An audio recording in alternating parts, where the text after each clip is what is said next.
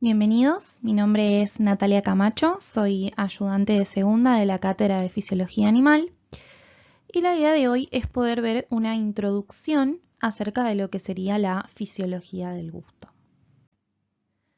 En cuanto al contenido de la clase, vamos a comenzar con una breve introducción, luego vamos a describir las distintas sensaciones gustativas que existen, los receptores involucrados en la detección de los sabores, cómo ocurre la transmisión de estas señales en el sistema nervioso central y por último vamos a mencionar de manera resumida algunas de las alteraciones del sentido del gusto.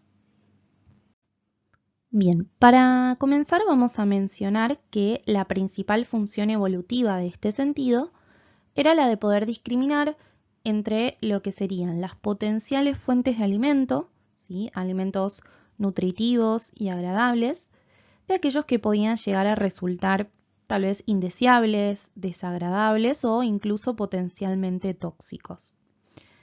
Después obviamente van a entrar en juego otras cuestiones, como serían las preferencias gustativas, ¿sí? Ya que los animales, al igual que las personas, desarrollan preferencias, pero la principal función evolutiva sería esta que se menciona en la diapositiva. En cuanto a la percepción de sabores, es importante tener en cuenta que no solo va a depender de las células del gusto, sino que se va a dar por una combinación de información entre el sentido del gusto y el sentido del olfato a nivel de la corteza. Existen determinadas sustancias químicas, por ejemplo, que durante el proceso de masticación llegan hacia las fosas nasales y de esa manera pueden llegar a contribuir en lo que sería la percepción del sabor. E incluso existen otros factores que pueden modificar la experiencia gustativa, como por ejemplo la textura y la temperatura de los alimentos. Se han descrito 5 grandes grupos de sensaciones gustativas, que serían el sabor dulce, salado, ácido, amargo y umami. A veces se habla de un sexto sabor, el sabor graso, el cual podría llegar a tener receptores que lo detecten en los corpúsculos gustativos, pero todavía está en investigación. El sabor dulce puede estar ocasionado por diversas sustancias químicas. La mayoría de ellas son compuestos orgánicos y pueden ser hidratos de carbono como azúcares, también pueden ser alcoholes, cuerpos cetónicos, etc. El sabor salado se debe a la presencia de sales ionizadas y especialmente a la presencia de sodio. Igualmente hay que aclarar que no todas las sales son percibidas con sabor salado. En cuanto al sabor ácido o agrio, se produce por la presencia de ácidos justamente en la ingesta, es decir, por la concentración de hidrogeniones, y en general la intensidad de la sensación suele ser proporcional al pH del alimento. Es decir, que a menor pH, más ácido va a ser. El sabor amargo está originado por un grupo heterogéneo de compuestos. Entre estos compuestos encontramos a los alcaloides, como la estricnina, la cafeína, la nicotina.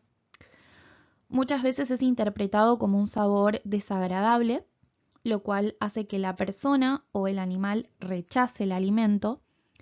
Y esto tiene una gran importancia hablando desde el punto de vista evolutivo, ya que actúa como un mecanismo de defensa para evitar envenenamientos, teniendo en cuenta que la mayoría de los venenos producen sabor amargo.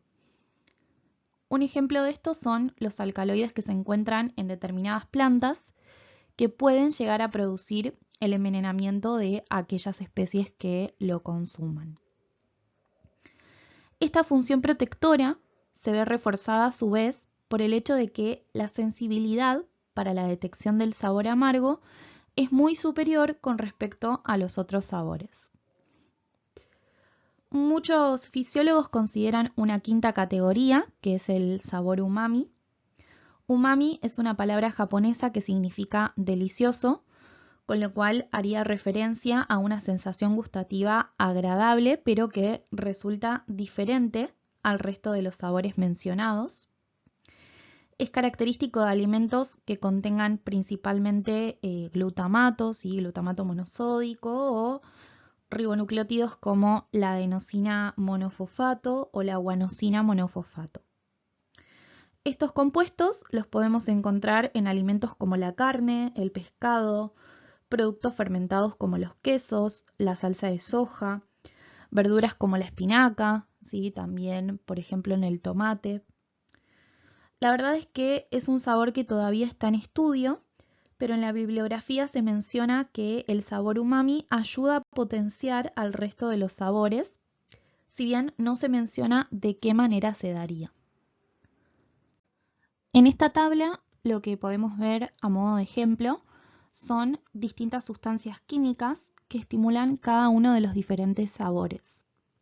Se toman 4 sustancias como referentes: el ácido clorhídrico, la quinina, la sacarosa y el cloruro de sodio, a las que se les asigna arbitrariamente un índice gustativo de 1. Y después podemos ver los índices gustativos relativos del resto de las sustancias. Con respecto a las preferencias gustativas en los animales, ya mencionamos que sí existen y van a depender de estructuras nerviosas superiores. En el cuadro incluí algunas preferencias por especie que se describían en el libro García Sacristán. Obviamente esto es algo general y pueden existir variaciones entre los distintos individuos. Un ejemplo muy común es el hecho de que los gatos tiendan a rechazar o a mostrar poco interés por el sabor dulce. Y esto se relaciona con cierta deficiencia que presenta esta especie para poder sintetizar el receptor que capta este tipo de sabor. Ahora en las próximas diapositivas vamos a describir bien a estos receptores. Ahora, ¿en dónde están localizadas las células receptoras del gusto? Estas células se encuentran organizadas en estructuras conocidas como botones o yemas gustativas, o también se los menciona como corpúsculos gustativos. Acá en la imagen se ve bien cómo están conformados estos corpúsculos. Vamos a encontrar distintos tipos celulares. Por un lado tenemos a las células sensoriales o neuroepiteliales o células gustativas, que son las que efectivamente presentan a los receptores del gusto. En su superficie apical poseen microvellosidades y a nivel basal establecen sinapsis con prolongaciones aferentes de neuronas sensitivas. Por otro lado, encontramos a las células de sostén, también con microvellosidades en apical. Y por último, a las células basales, que son estas rosaditas que se ven por acá abajo. Son células pequeñas ubicadas justamente en la porción basal del corpúsculo gustativo y son las células madre de los otros dos tipos celulares. También observamos el poro gustativo, que es este orificio pequeño en el vértice de la yema. Este orificio se abre al exterior y por él van a ingresar las sustancias químicas disueltas en la saliva. Acá también podemos ver una microfotografía de esta estructura con cada una de sus células. Bien, los botones gustativos que mencionamos en la diapositiva anterior se localizan fundamentalmente en la lengua, en las denominadas papilas gustativas, aunque también pueden estar presentes en otras estructuras como el paladar, la faringe, la epiglotis, el inicio del esófago.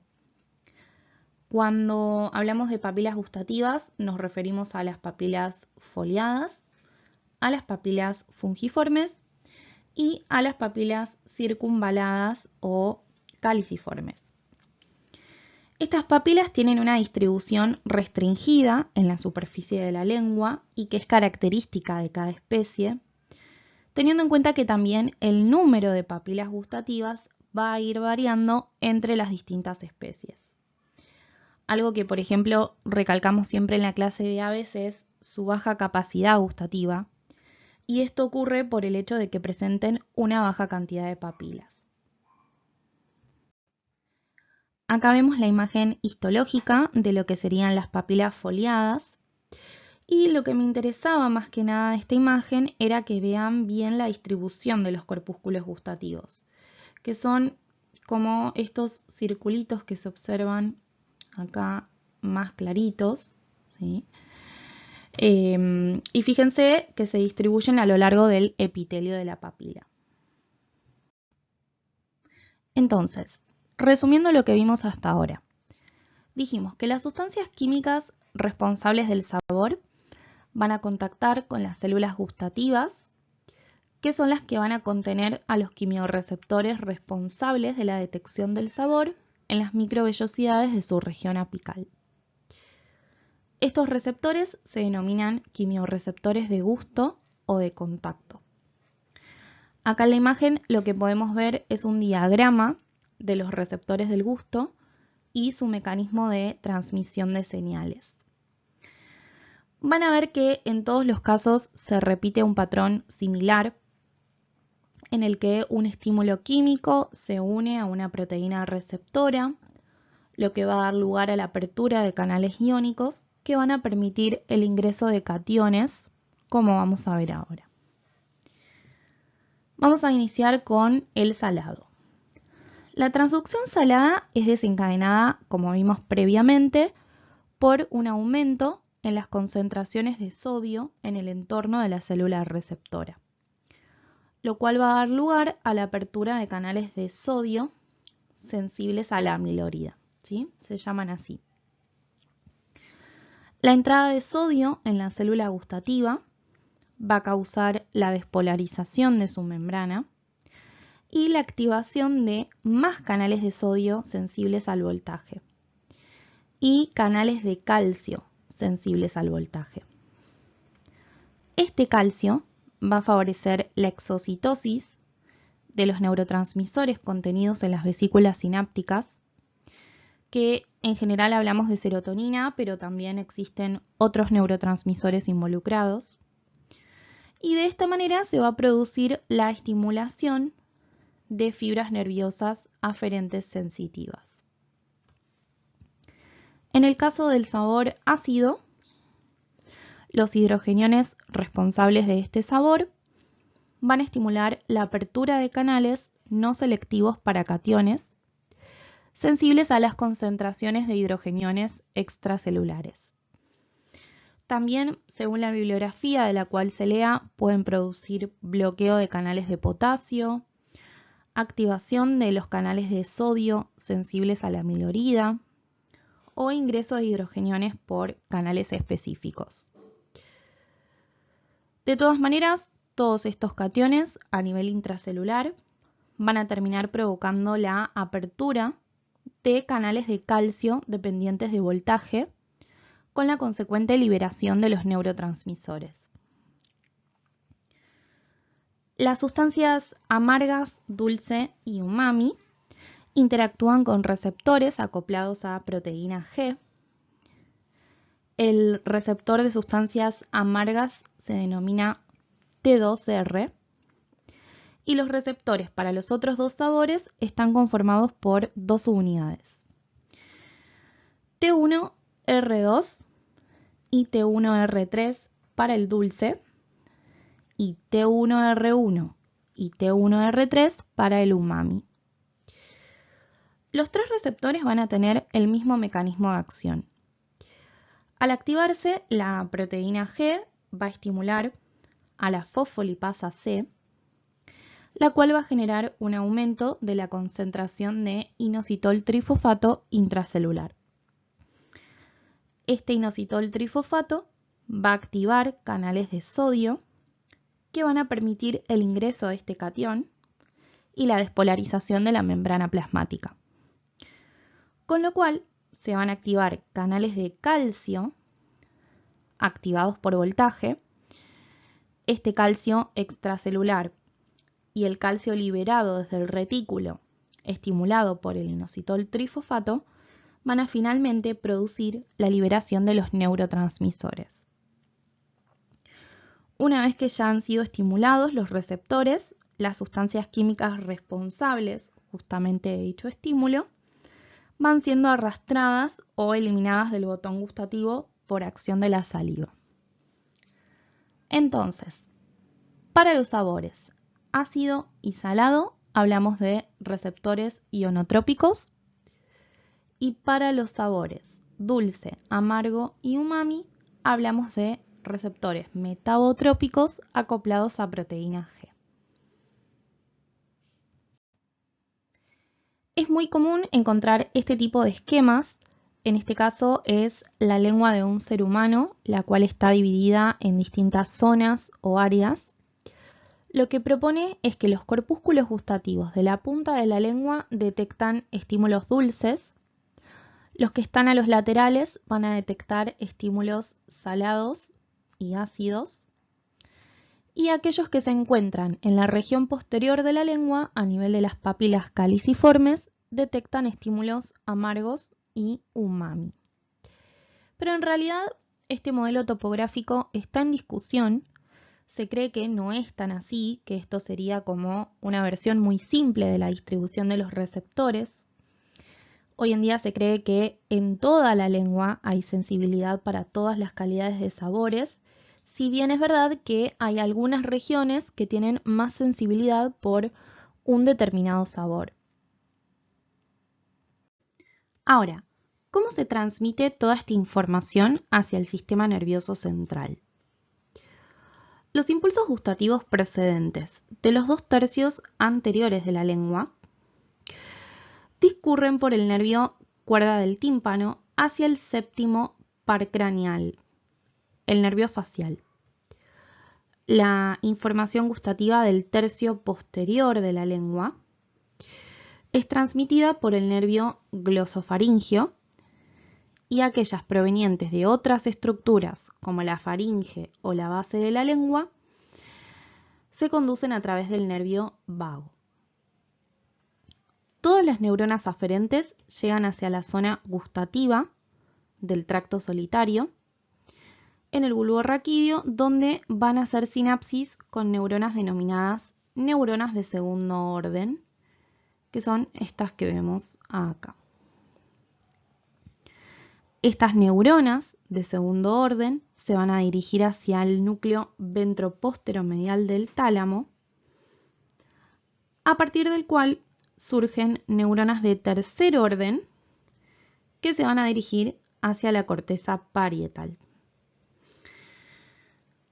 Desde el núcleo del tracto solitario también se van a enviar eferencias hacia los núcleos salivales superior e inferior, ubicados en el tronco del encéfalo, los cuales van a transmitir, ¿sí?, estos impulsos hacia las glándulas salivales, colaborando con el control de la secreción salival durante la ingesta. Y por último, simplemente mencionar que obviamente existen distintas alteraciones gustativas, algunas están punteadas en la diapositiva. Esto se puede llegar a diagnosticar, pero más que nada en lo que sería la medicina humana. Algunas de estas alteraciones pueden ser cuantitativas, como en el caso de las 3 primeras, o cualitativas, como en el caso de la digeusia. La hipergeusia hace referencia al aumento de la capacidad de percibir sensaciones gustativas. Esto se va a dar en individuos que posean más papilas linguales que la cantidad normal y una gran densidad de corpúsculos gustativos. La hipogeusia es la disminución de la capacidad de percibir sensaciones gustativas. Estos individuos tendrán menos papilas linguales que la cantidad normal para la especie y muy poca densidad de corpúsculos gustativos. La ageusia es la pérdida completa del gusto. Y la digeusia es una confusión o alteración en la percepción del gusto y se caracteriza por una sensación desagradable y persistente en la boca. Finalmente, les dejo la bibliografía utilizada para la clase.